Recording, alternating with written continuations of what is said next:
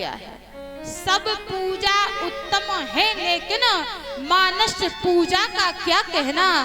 व्यक्ति शरीर से हाथों से तो पूजा करते हैं, पर मन से पूजा करना बड़ा कठिन कार्य है। आपने देखा होगा आचार्य जी पूजन करा रहे, उन्होंने कहा पवित्रा पवित्रो वा सर्वावस्थांगतोपवा या स्मृत पुंडीकांक्षा सभ्यांतरः शुचिः। हाथ धुलिए। अब यजमान के हाथों पर जल छोड़ रहे हैं, पर यजमान हाँ हाँ ठीक है ठीक है, हाँ हाँ ठीक है ठीक है ठीक है, मन नहीं है। पंडित जी बोले अक्षत उठाओ, अक्षतम समर्पयामि। हाँ हाँ हाँ ठीक है, चले जाओ, तुम वहां चले जाओ, अक्षत समर्पयामि। तो शरीर से तो पूजा हो जाती है, पर मन से पूजा करना बड़ा कठिन कार्य है।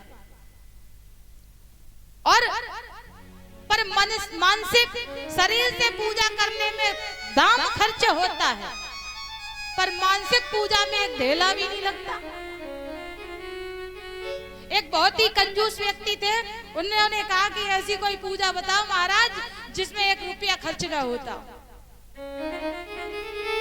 पंडित जी ने कहा ठीक है, मन से पूजा करो तुम। बोले कैसे करने हैं? तो बोले मानस पूजा का एक विधान है। सवेरे आप चारपाई से उठो और चाहे ना उठो, 4 बजे जाग जाओ ब्रह्म मुहूर्त में, 4 से 5 बजे, और पड़े पड़े चारपाई पे विचार करो, मन में सोचो कि हम गंगा स्नान कर रहे हैं। मन में विचार करो कि हम गंगा स्नान कर रहे हैं, और गंगा स्नान करने के बाद में फिर ठाकुर जी को स्नान करा रहे हैं। फिर उनका सोने का सिंहासन मन में ही सोचना है, हकीकत में कुछ नहीं है। सोने के सिंहासन को साफ करके गंगा जल छिड़क के शुद्ध आसन बिछा करके रेशमी, और भगवान को उस आसन पर आसीन करा रहे हैं। सोने का मुकुट भगवान के मस्तक पर बांध रहे हैं, मड़ियों की माला पहना रहे। सब सोचना ही तो है, मन में से ही तो करना है। और उसके बाद में भगवान को सुंदर माखन मिश्री का भोग लगा रहे हैं। ऐसा विचार करो तुम सुबह, और बस हो गई पूजा। बोले इससे उद्धार हो जाएगा? बोले कि बिल्कुल हो जाएगा, मन से तो करोगे।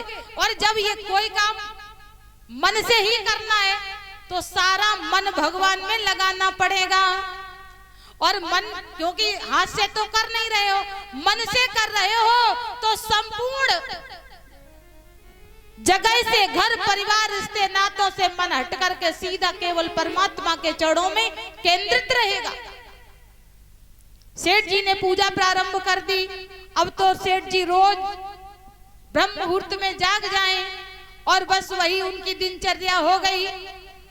पड़े पड़े चारपाई पे बोले अब हम गंगा स्नान कर रहे हैं, अब हम ठाकुर जी को जगा रहे हैं, अब हम ठाकुर जी का सोने का सिंहासन लगा रहे हैं। ऐसे रोज पूजा करने लगे। एक दिन क्या हुआ कि दूध जो ठाकुर जी को दे रहे थे, उसमें सेठ जी मुट्ठी से ऐसे चीनी डाल रहे थे। तो सोचा कि का हाथ में भिड़ाएंगे, तो लाओ डब्बा से ही डालने, जो भी छोटी सी डिबिया में चीनी रखी थी।